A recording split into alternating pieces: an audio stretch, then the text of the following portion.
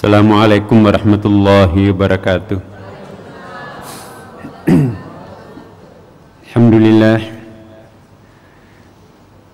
Alhamdulillah wa syukurillah wa salatu wassalamu ala rasulillah. Alhamdulillah thumma alhamdulillah, salatu wassalamu ala sayyidina Muhammadin wa ala alihi wa sahbihi wa sallam. Allahumma salli wa sallim ala sayyidina habibina wa syafi'ina wa maulana wa atba'ina qurrati a'yunina Muhammadin sallallahu alaihi wasallam. Amma ba'd. Ibu bapak sekalian, insyaallah rohnya Rasulullah sallallahu alaihi wasallam masih bersama-sama kita di tempat ini, Bapak Ibu sekalian. Mengapa kita tadi berdiri dalam keyakinan ulama pencinta Nabi, manakala bait demi bait dibacakan mengungkapkan kerinduan kita kepadanya, maka rohnya Rasulullah akan hadir di tempat itu. Maksudnya sekarang ini, malam Jumat ini, sepertinya kita memonopoli rohnya Rasulullah. Bukan main, Bapak Ibu sekalian.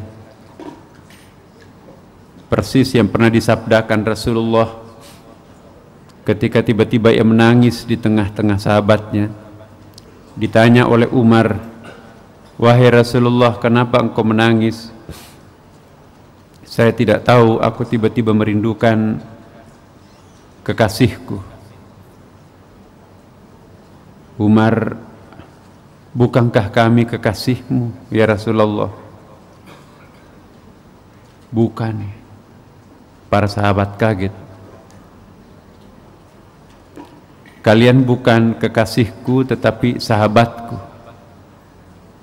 Ditanya, "Siapa kekasihmu ya Rasulullah?" "Kekasihku yang saya rindukan sekarang ini ialah umatku yang akan hidup jauh dari kurun waktu kelahiranku, dan mereka berada dari jauh dari pusat kelahiranku. Saya selalu menghubungkan bahwa justru hadis Nabi ini yang dimaksudkan adalah kita semua yang hadir di sini, Bapak Ibu sekalian. Bukankah kita yang paling jauh tempatnya? Orang Arab beragama Islam memang dekatan dengan Nabi. Geografis yang paling jauh dari tempat kelahirannya Nabi ialah Indonesia. Kurun waktu kelahiran kita jauh dari kurun waktu kelahirannya, 1400 tahun yang lampau. Tapi tidak mau kalah dengan kecintaan para sahabatnya. Meskipun tidak pernah kita menjumpai wajahnya, meskipun di antara kita belum pernah tahu tempat kelahirannya, tetapi sepertinya kitalah yang paling dalam mencintainya. Tidak heran kalau Rasulullah SAW menangis merindukan kekasihnya. Dan mudah-mudahan pada malam Jumat mulia ini rohnya Rasulullah hadir menemani kita di sini. Dalam kitab ini, Bapak Ibu sekalian, kitab Al-Mubasyirat, banyak sekali, nanti saya akan jelaskan apa itu mubasyirat. Jangankan Rasulullah, jangankan Nabi Muhammad sallallahu alaihi wasallam, para walinya pun, apabila kita menziarahi kekasihnya Allah, para waliullah, kalau kita baca surah Yasin di samping makamnya, roh yang bersangkutan juga ikut membaca Yasin bersama kita. Manakala kita berdoa kepada Allah, ia pun juga mengaminkan doa kita. Itu kata buku ini, Syekh Ibnu Arabi dan ulama-ulama tasawuf yang lain. Itulah sebabnya kita tidak pernah mengatakan almarhum al-maghfurlah Nabi Muhammad sallallahu alaihi wasallam. hadis Nabi di sini disebutkan akhrajahul Bukhari an Anas bin Malik. Hadis ini dikeluarkan oleh Imam Bukhari. Bagi kita yang ahlus sunnah wal jamaah, hadis Bukhari itu adalah hadis yang paling sahih. Qala Nabi sallallahu alaihi wasallam, Rasulullah bersabda, man ra'ani fil manami faqad ra'ani, barang siapa yang menjumpaiku di dalam mimpinya, maka sesungguhnya ia telah menjumpai diriku sesungguhnya. Fa inna syaitana la yatakhayyalu bihi, sesungguhnya syaitan itu tidak sanggup untuk menyerupakan diri denganku.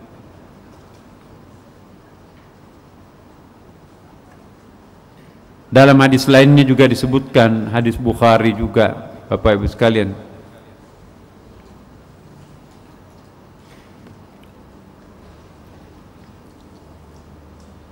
an Anas bin Malik wa fi qala Nabi sallallahu alaihi wasallam, man ra'ani faqad ra'ani, barang siapa yang bermimpi melihat diriku, maka sesungguhnya dia sudah menjumpai diriku. Dalam hadis Bukhari riwayat Abi Qatadah, qala Nabi sallallahu alaihi wasallam, man ra'ani faqad ra'al haqq, barang siapa yang menjumpai diriku, barang siapa yang memimpikan diriku, maka ia sesungguhnya menjumpai kebenaran. Ulama tasawuf kalau disebutkan al-haq ialah Tuhan. Jadi barang siapa yang bermimpi menjumpai Rasulullah, maka sesungguhnya ia menjumpai tajallinya Allah subhanahu wa ta'ala. Wa akhrajahu al-Bukhari an Abi Sa'id al-Khudri anin Nabi sallallahu alaihi wasallam. Biar saya jelaskan Bapak Ibu, ini hadis Bukhari Muslim. Bagi kita orang Sunni, hadis ini paling sahih sesudah Quran. Man ra'ani fil manami, barang siapa yang melihat aku di dalam mimpi. Ya. Di sini, wa man ra'ani, barang siapa yang menjumpaiku dalam mimpi, faqad ra'al haqq, maka dia sesungguhnya menemukan kebenaran itu. Fa inna syaitana la yatakawwinuni, sesungguhnya syaitan itu tidak mampu menirukan diriku.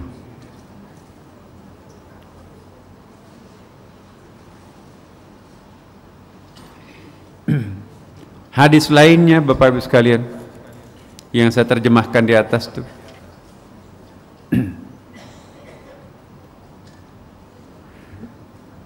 jadi Rasulullah bersabda, tidak tersisa setelahku kenabian kecuali al-mubasyirat. Nabi sudah wafat, tidak tersisa kenabian sedikit pun, karena memang tidak ada orang yang bisa menjadi nabi, tidak ada orang yang bisa menjadi rasul sesudah Rasulullah wafat. Tetapi Rasulullah mengatakan, tidak tersisa dari kenabianku, ya,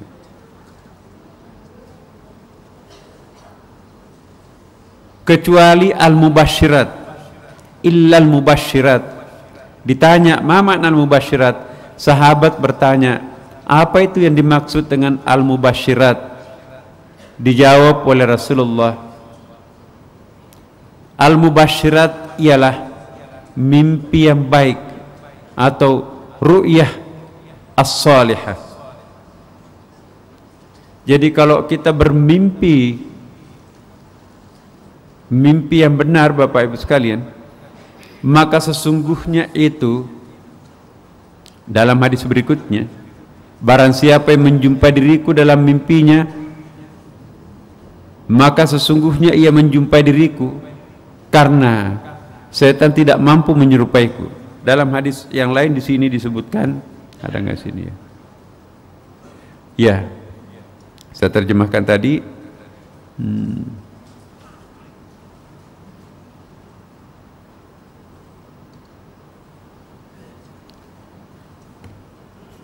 Qala Rasulullah sallallahu alaihi wasallam, dari hadis Bukhari, jadi akhrajul Bukhari an Abi Sa'id al-Khudri, dari Sa'id al-Khudri, annahu sami'a Rasulullah sallallahu alaihi wasallam, sesungguhnya aku mendengarkan langsung Rasulullah sallallahu alaihi wasallam yaqulu, berkata, ar-ru'ya salihah, mimpi yang benar, juz'un min sittati wa arba'ina juz'un minan nubuwah, mimpi seorang mukmin adalah salah satu dari 46 cabang daripada kenabian. Berarti mimpi yang benar itu sepenggal kenabian, Bapak Ibu sekalian. Tidak mungkin kita bisa menjadi nabi, tetapi kualitas kenabian bisa dimunculkan Allah melalui mimpi. Dalam hadis lain Imam Bukhari mengatakan, siapa yang bermimpi melihat aku, kata Rasulullah,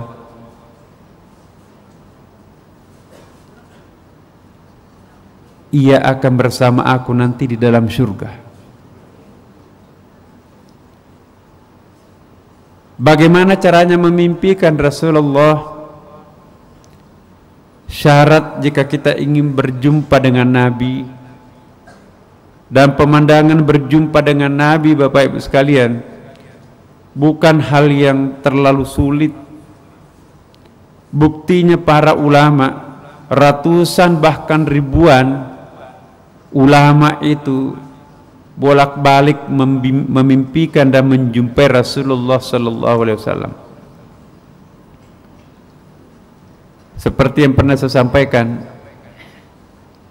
Imam Al-Ghazali saja setiap kali menulis hadis di dalam kitab-kitabnya, dia tidak menulis hadis itu sebelum minta izin kepada Rasulullah. Ya Rasulullah, benar enggak ini dari engkau? Nanti Rasulullah mengangguk pertanda iya, baru saya tulis hadis itu. Padahal 600 tahun lebih Rasulullah wafat, baru hidup Imam Al-Ghazali. Ihya Ulumuddin 220-an hadis, satu kitab saja berarti 200 lebih Imam Al-Ghazali berjumpa dengan Nabi. Pengarang kitab ini, Bapak Ibu sekalian, Ibnu Arabi, bahkan bukunya setebal ini. Antara mimpi dan bukan mimpi, khudh hadzal kitab, didatangi Rasulullah sallallahu alaihi wasallam, ya, wahai muridku, ambillah kitab ini, judulnya Fususul Hikam. Lalu diambil. Salah seorang muridnya, luar biasa buku ini, Syekh, setiap kali saya membaca tidak pernah kering, selalu ada informasi dan inspirasi baru yang lahir dari buku ini.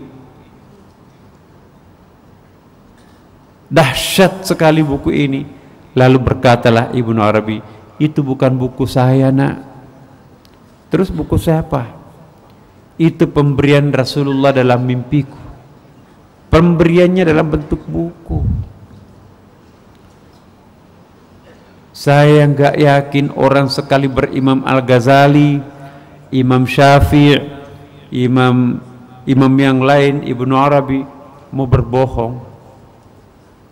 Dia bukan kualitas seperti kita, kadang-kadang masih nyelip-nyelip bohong sedikit.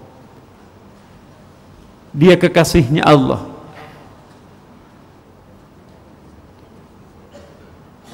Satu kitab lagi, 2 jilid, Syekh Yusuf Nabhani, 946 di situ untuk 2 jilid itu. Jadi 1 jilid itu per 400. Koleksi wali yang sering berjumpa dengan Nabi. Berarti Rasulullah sallallahu alaihi wasallam itu sangat aktif menjumpai umatnya, Siapa yang merindukan dirinya, Rasulullah pun juga akan merindukan yang bersangkutan.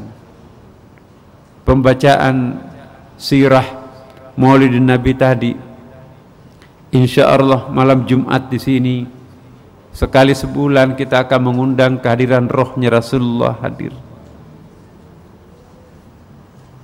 Mudah-mudahan di antara kita, kalau perlu semua nanti malam kita didatangi Rasulullah sallallahu alaihi wasallam. Insya Allah. Jika kita bercita-cita dan bersungguh-sungguh memohon kepada Allah, ya Allah pertemukanlah aku dengan kekasihku. Allah Maha penerima doa. Allah tahu kerinduan kita seperti apa.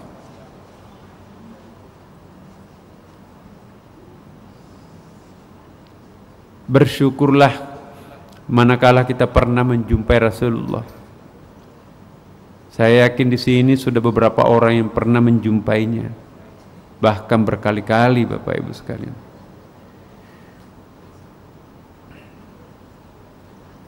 Jangan bermain-main dengan selawat.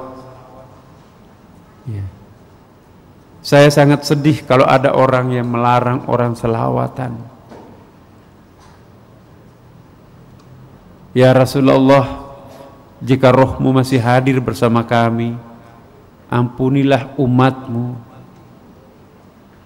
yang kaku memahami ajaranmu. Ya. Bagaimana kita bisa mencintai Rasulullah kalau kita tidak tahu sejarahnya?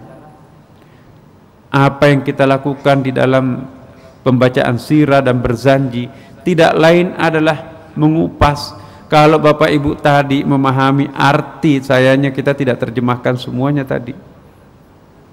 Kalau kita tahu artinya apa yang dibacakan Ustadz Amin tadi, gak bisa Bapak Ibu, gak bisa tahan tidak mengucurkan air mata.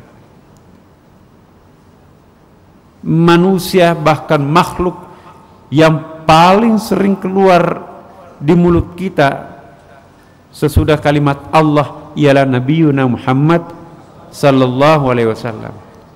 Secinta apapun kita terhadap ibu kandung kita, jauh lebih sering kita menyebutkan namanya Rasulullah ketimbang ibu kita sendiri. Dalam salat saja berapa kali kita memanggil namanya, belum lagi kalau kita wiridkan. Bacalah 100 kali minimum selawat Nabi Bapak Ibu pagi dan sore jika memang mencintai Rasulnya. Tidak ada ruginya kita berselawat terus menerus.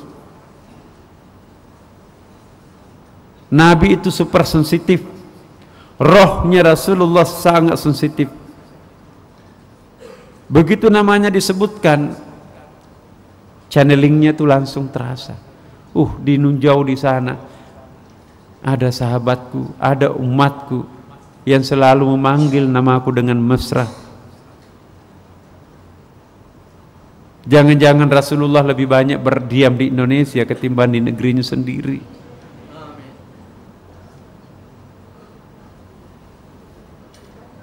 Insya Allah. Karena Nabi juga pernah mengatakan seperti itu kan. Mimpi seorang mukmin adalah salah satu di antara 46 cabang daripada kenabian. Jadi orang yang suka bermimpi, tapi mimpinya pastikan mimpi benar, insya Allah itu memiliki persentuhan dengan kenabian, tapi tidak bisa disebutnya sebagai nabi. Hanya saja perlu kita ingat, mimpi itu dalam Quran, saya ulangi sekali lagi, ini sudah pernah kita bahas.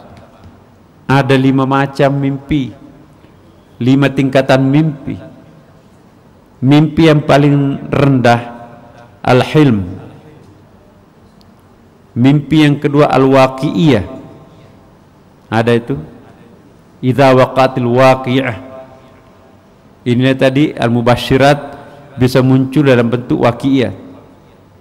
Yang ketiga manamat. Yang keempat ru'yah. Dan yang terakhir mukasyafah. Jadi bukan cuma satu mimpi Bapak Ibu. Al-hilm ialah bunga-bunga tidur. Mungkin tadi siang kita ditekan, muncul dalam endapan bawah sadar kita bermimpi. Tapi tidak semuanya al-hilm itu juga salah. Mimpi seorang anak remaja menyebabkannya harus mandi junub, maka itu juga mimpi hilmun. Dalam hadis Nabi itu disebutkan ihtilam.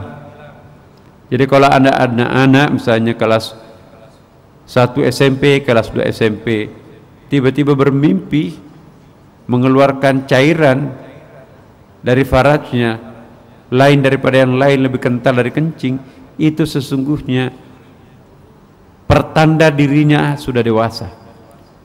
Mimpinya itu disebut al-hilm. Mimpi yang kedua al-waqi'iyah. Kita terlalu mencintai Nabi, siang malam kita rindukan Nabi, malam-malam Rasulullah antara tidur dan tidak tidur dia datang.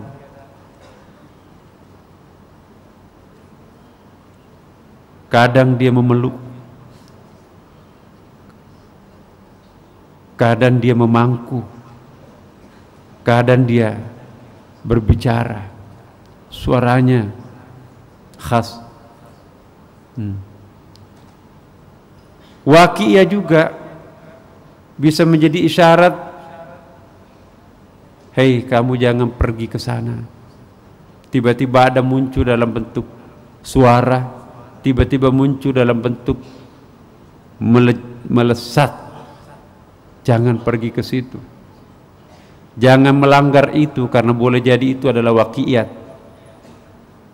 Kalau pergi kena musibah seperti yang akan ditimpakan yang lain. Tiba-tiba ada orang mengurungkan niatnya pergi, semua yang berangkat kena musibah kecuali dirinya.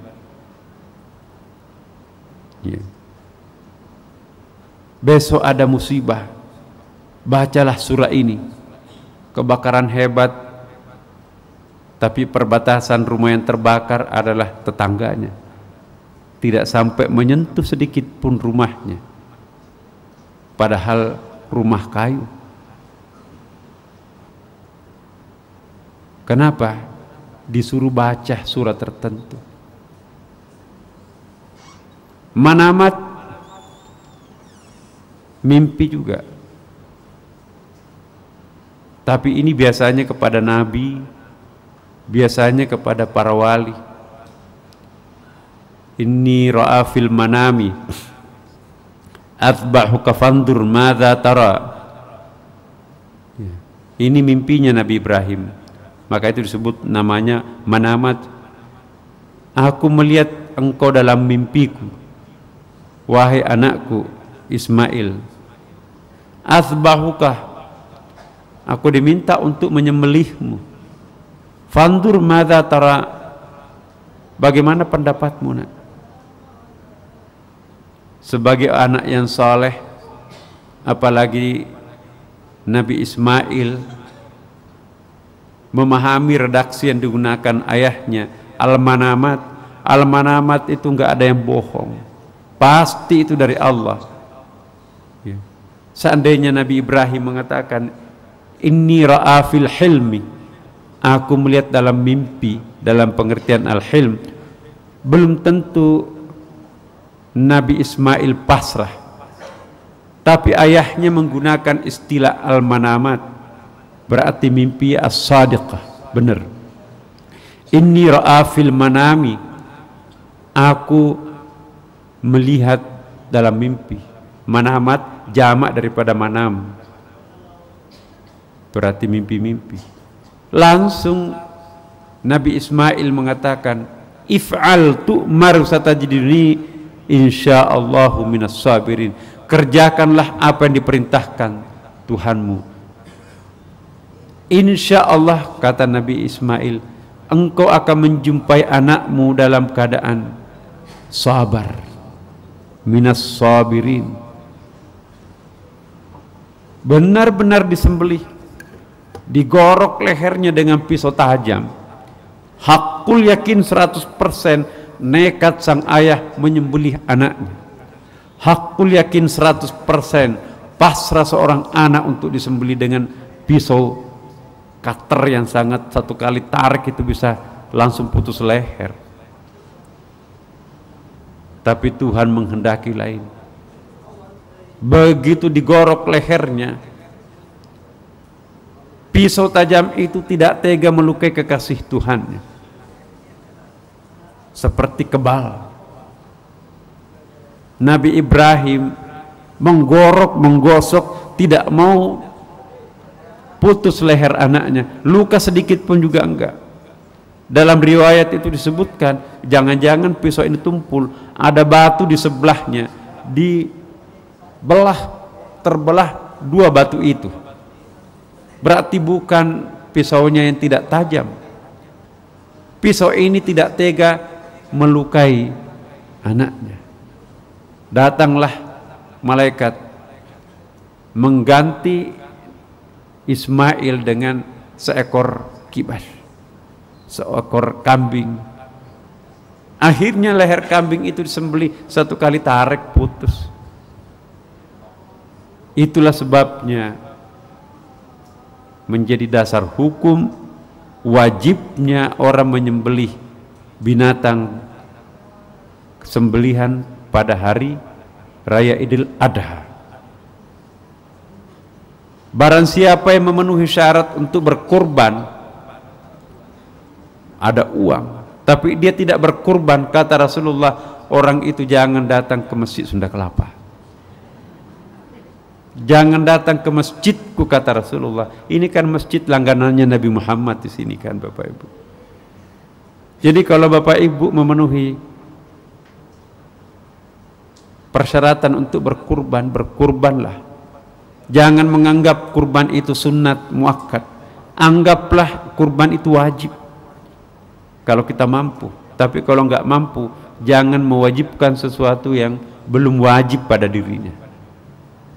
Ya, ada persyaratannya kok. Itu manamat. Jadi kalau orang nggak mau percaya mimpi, ya, sebagian ajaran Islam itu hilang, termasuk ajaran kurban itu dasarnya adalah mimpi. Ada orang sok pinter, mimpi kok dipercaya. Ya. Wahyu itu juga hasil mimpi sebagian. Di sini disebutkan. Ada hadisnya Bukhari, mana tadi itu saya baca. Iqra, wahyu yang paling pertama itu juga adalah ru'yah shadiqah, mimpi yang benar. Jadi ketika Nabi antara sadar dan tidak sadar di kegelapan Gua Hira itu, tengah malam kan, sudah tengah malam, gua lagi di luar kota, pasti nggak ada suara bising kendaraan waktu itu kan. Itu jangan kita sok bahwa mimpi, enggak. Wahyu itu sebagian turun dalam bentuk mimpi, tapi mimpinya Nabi itu adalah mutlak benar. Kalau mimpinya kita belum tentu. Ada namanya ru'yah, mimpi juga. Ini juga biasanya kepada orang-orang pilihan Tuhan. Dalam kitab-kitab kuning dibedakan antara al-manamat dengan ar-ru'yah. Al-manamat itu menjadi hujjah, menjadi dasar hukum seperti tadi kurban. Tapi kalau ru'yah itu lebih kepada individu. Ya. Contohnya mimpinya Nabi Yusuf dalam Quran diabadikan juga. Ini ra'aitu ahada asyara kaukaban wasyamsa wal qamar ra'aituhum li sajidin. Aku bermimpi melihat 11 bintang, ya. semuanya sujud terhadapku. Kata Nabi Yakub bapaknya, la taqsus ru'yaka, jangan menceritakan ru'yaka, jadi jangan menceritakan ru'yahnya, mimpinya. Fa inna, apa lanjutannya itu Ustaz? La taqsus ru'yaka fa inna, ya, ya, wa yakidu kakak, jadi nanti kamu akan disentimen oleh saudaranya, ya. La taqsus ru'yaka itu. Jadi tingkatannya mimpi itu bertingkat-tingkat Bapak Ibu. Ada lagi yang disebut mukasyafah. Mukasyafah itu juga sejenis mimpi, tapi kalau mukasyafah ini bisa terjadi di waktu tidur, bisa terjadi antara tidur dan tidak tidur, dan bisa terjadi pada saat kita sedang terjaga seperti sekarang. Ya. Contohnya,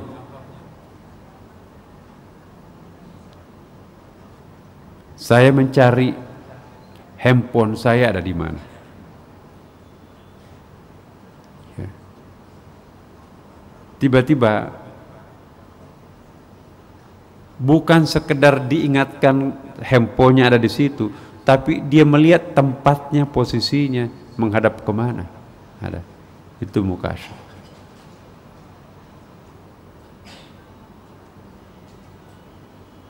Ya. Saya rindu terhadap pengarang kitab ini. Tiba-tiba datang si pengarang kitab ini, bisa berbicara, bisa membacakan bait-bait yang ada dalam kitabnya, bisa mensyarah, menjelaskan apa maksudnya ini, pernyataan-pernyataan ini. Makanya itu Bapak Ibu, dalam buku-buku wali, di situ ada disebutkan seperti yang pernah saya sampaikan, alangkah miskinnya seorang murid kalau gurunya hanya orang-orang hidup, orang yang bersih batinnya. Dia bisa berguru kepada almarhum al-maghfurlah, wali yang 1000 tahun yang lampau meninggal. Kalau nggak percaya nggak apa-apa, tapi buktinya ada.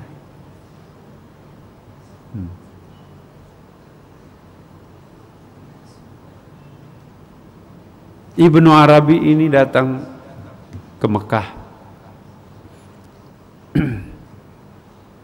Dia terbayang sebuah hadis Nabi, salat di depan Ka'bah 100.000 lebih utama ketimbang salat di tempat lain. Dia penasaran apakah salat di Mekah,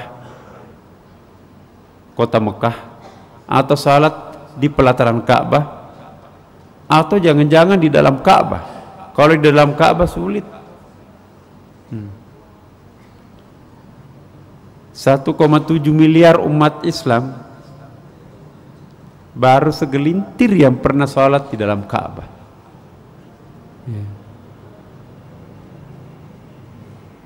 Saya bersyukur Bapak Ibu pernah sekitar 2 jam di dalam Ka'bah. Orang pada keluar, saya baru mau turun, disuruh naik lagi karena arus pejabat Arab itu juga mau naik, ikut lagi bersama mereka.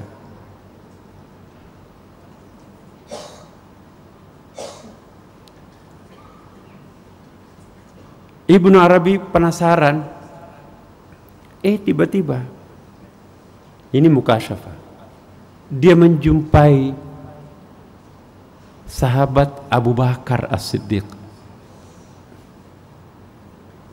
Assalamualaikum ya Abu Bakar. Padahal Imam Al-Ghazali wafat tahun 1140 sekian. Ya. Sedangkan Abu Bakar, sahabat Nabi kan, dia tiba-tiba menjumpai Abu Bakar di samping Ka'bah. Apanya Abu Bakar yang dilihat? Rohnya. Wahai Abu Bakar, kebetulan saya ingin tahu apa yang dimaksud hadis Nabi, ya, salat di depan Ka'bah 100.000 lebih utama ketimbang salat di luarnya. Apakah yang dimaksudkan di situ, di dalam Ka'bahnya, di pelataran Ka'bahnya, atau kota haram Mekah? Lalu dijawab oleh Abu Bakar, yang saya pahami ketika Rasulullah menyampaikan hadis ini, yang dimaksud salat di Mekah 100.000 lebih utama, bukan di dalam Ka'bah, bukan saja di pelataran Ka'bah, tapi seluruh perbatasan kota Mekah, tanah haram. Jadi begitu kita masuk di perbatasan kota Mekah, maka itu disebut tanah haram. Masjid manapun kita sholat, maka itu akan dapat pahala 100.000 lebih utama ketimbang sholat di luar perbatasan Mekah. Itu pendapatnya Abu Bakar. Sulit kita percaya kalau menggunakan akal. Abu Bakar wafat tahun 1000 tahun yang lampau, karena ini kan wafat tahun hidupnya pada abad ke-11. Abu Bakar wafat 16 abad ke-6. Dari situlah Ibnu Arabi mengatakan tidak mesti harus di pelataran Ka'bah. Kalau kita nggak sempat, Bapak Ibu mau umrah atau haji apalagi, ya, berdesak-desakan kayak apa lautan manusia sekarang ini, masjid jin samping-samping itu kan, pokoknya wilayah kota haram bisa sholat di situ menurut Imam Muhyiddin Ibnu Arabi. Ini banyak sekali kisah-kisah. Saya salat dituntun oleh Rasulullah bagaimana cara mengangkat tangan ketika takbir. Diajari begini angkat tangannya gitu. Bagaimana kita mengajari anak kecil kita salat? Nah, kalau salat takbirnya begini. Dia mimpi Rasulullah datang membetulkan tangannya, bagaimana posisi tangan ketika ruku, bagaimana posisi tangan ketika sujud. Rasulullah datang menuntun.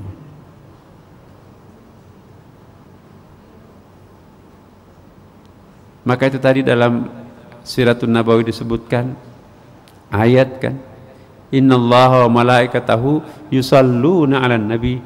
Sesungguhnya Allah dan para malaikatnya sedang dan terus akan bersilaturahim dengan rohnya Nabi Muhammad sallallahu alaihi wasallam. Itu Al-Quran. Bukan hanya itu, ya ayyuhalladzina amanu, wahai orang-orang yang beriman, sallu alaihi, bersilaturahimlah dengan Nabi Muhammad. Jadi kuat sekali dalilnya memerintahkan kita untuk senantiasa berselawat kepada Nabi Muhammad sallallahu alaihi wasallam. Insya Allah kalau kita selalu jatuh cinta terhadapnya, pasti kata Rasulullah, ya, barang siapa yang selalu berselawat terhadapku, ini hadis diriwayatkan oleh Imam Bukhari sahih, aku pasti akan memberinya syafaat pembelaan nanti di hari tidak ada yang sanggup memberikan pembelaan selain hanya aku. Bagaimana caranya Rasulullah tahu siapa yang berselawat? Gampang, teknologi manusia juga bisa merekam kok. Apalagi kalau teknologinya Allah, tidak ada kesulitan baginya. Siapa yang rajin selawat terhadapnya, pasti dia akan mendapatkan pembelaan, syafaat. Yang bisa membantu kita di situ syafaatnya Rasulullah. Terlalu banyak dosa yang kita lakukan di masa lampau. Kalau Allah tidak memaafkan itu, satu-satunya harapan kita adalah syafaatnya Rasulullah. Ya Allah, itu adalah sahabatku, langganan Masjid Sunda Kelapa, selalu berdiri ketika ia menyebutkan namaku sambil merindukan diriku, meneteskan air mata kerinduan. Ya Allah, ampunilah dosanya, jangan masukkan ke dalam neraka-Mu, masukkan ke dalam surga-Mu. Aku tidak pernah menolak permohonanmu, wahai kekasihku Muhammad sallallahu alaihi wasallam. Itu dia.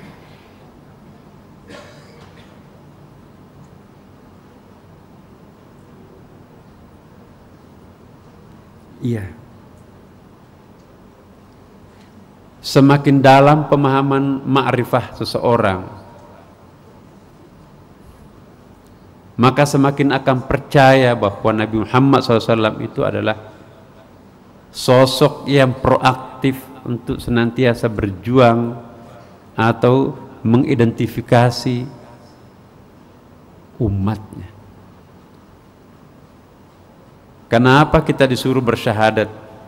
Tidak sempurna syahadat kita kalau tidak membaca wa asyhadu anna Muhammad Rasulullah. Ngapain kita harus wa asyhadu anna Muhammad Rasulullah? Nabi sudah wafat kok. Gak mungkin. Tanpa ada efek dan tanpa ada manfaatnya, gak bakalan syahadat itu diperintahkan dirinya. Nabi sendiri, Allah sendiri, malaikat sendiri melakukan. Apa sih kematian itu Bapak Ibu? Kematian itu kan cuma pindah ke tetangga. Dari sini kita hidup di dunia ini, di masjid ini. Besok kita mati, kita pindah kamar sebelah ini. Jadi tidak hancur. Nah inilah pemahaman orang, seolah-olah kalau orang sudah wafat, habislah segala-galanya. Nanti akan lihat siapa yang benar, apa Quran atau yang bersangkutan. Ya. Semakin banyak saja orang yang anti terhadap sirah, anti terhadap maulid. Na'udzubillah min dzalik. Ya. Doakan mereka Bapak Ibu supaya diberikan petunjuk pada Allah Subhanahu wa taala. Kalau kita salah, minta maaf ya Allah. Apakah Tuhan akan menyiksa seorang hamba yang terenyuh menyebutkan nama Rasulnya? Apakah Nabi akan marah kalau ada umatnya yang selalu memanggil-manggil namanya dengan penuh kerinduan? Tidak. Jadi jangan khawatir Bapak Ibu, dan saya menghimbau malam Jumat dan hari Jumat itu jangan ada dosa. Tinggalkan seluruh dosa kecil apalagi yang besar pada malam Jumat dan hari Jumat. Bukan berarti setelahnya boleh, tapi sucikanlah malam Jumat dan hari Jumatnya. Banyaklah berdiri di tengah malam, banyaklah menyebut nama Allah, menyebut salawat nabinya. Insya Allah kita nanti akan tahu apa janji Allah, apa janji Rasulullah dalam hadis-hadis sahihnya. Percayalah Bapak Ibu sekalian, dan marilah pada malam ini kita mohon sekali lagi kepada Allah, seandainya rohnya Rasulullah masih bersama kita, saksikanlah kami wahai Rasulullah, tanpa dibuat-buat, inilah kerinduan sejati kami terhadap dirimu. Apakah engkau memahami, mendengarkan atau tidak niat kami lillahi ta'ala? Tuhan Maha menyaksikan kami semua di sini mencintai engkau wahai Rasulullah sallallahu alaihi wasallam. Kami mencintaimu bukan karena ingin mendapatkan syafaatmu, tidak. Kami mencintaimu sebagai bukti terima kasih kami, engkau membawa ajaran sehingga Islam masuk dalam hati kami, dalam pikiran kami. Tersenyumlah engkau wahai Rasulullah junjungan kami.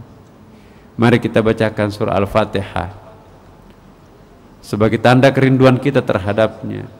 Ya Allah, sampaikanlah salam rindu, salam hangat kami kepada junjungan kami Nabiuna Muhammad sallallahu alaihi wasallam. Ya Allah, ala hadhihi niyyah wa ala kulli niyatin salih. Al-Fatihah. A'udzu billahi minasyaitonir rajim. Bismillahirrahmanirrahim. Alhamdulillahi rabbil alamin. Ar-Rahmanir Rahim. Maliki yaumiddin. Iyyaka na'budu wa iyyaka nasta'in. Ihdinas siratal mustaqim. Siratal ladzina an'amta 'alaihim ghairil maghdubi 'alaihim waladdallin. Wassalamualaikum warahmatullahi wabarakatuh.